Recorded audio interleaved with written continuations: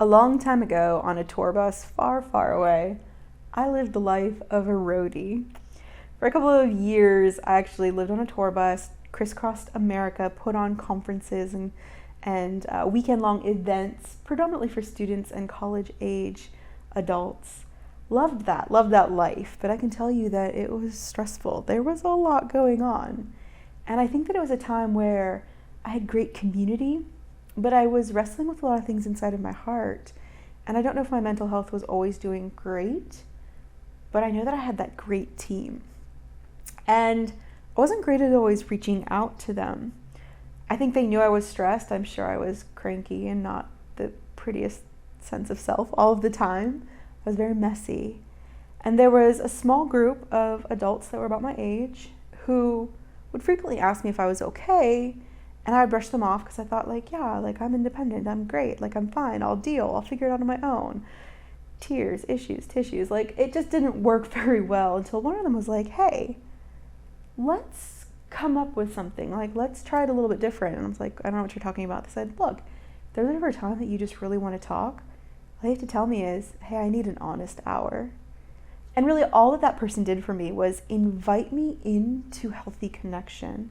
They just let me know, hey, here's a free pass to bother me and say, hey, can we talk? So I began to use that hey, I need an honest hour became a lifeline for me.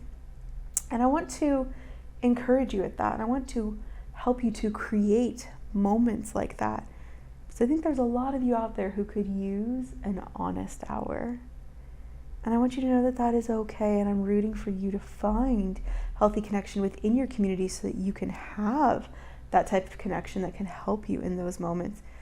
And that you can also learn to be there for others and theirs, because that's how healthy community is established, when it's give and take, and we have that mutually beneficial relationship where we can give and get, and both sides are important. I happen to know that many of you are facing seasonal life challenges, just obstacles that are hard, but you're going to get through it, right? And I know that there's others of you out there who are facing significant hurdles, past pain, present pain. I know I'm very familiar with the statistics, and I know how many Americans have dealt with sexual assault and childhood abuse and domestic violence.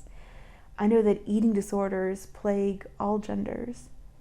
I know that bullying and harassment, both in schools and in the workplace, is not just a one-off thing. I know the rates of suicide. I know the rates of suicide attempts, and I know the rates of suicidal ideation when you're comforted by the fact that you think maybe it could all be over. I know about anxiety and depression. I know that there is a lot happening in your lives. I don't share these things so that they can be triggering, rather so that you can get help, so you can start that process, whether it is just a mindset shift where you're trying to just overcome a certain outlook on life, or whether you really have to wrestle with a significant trauma, crisis, or obstacle.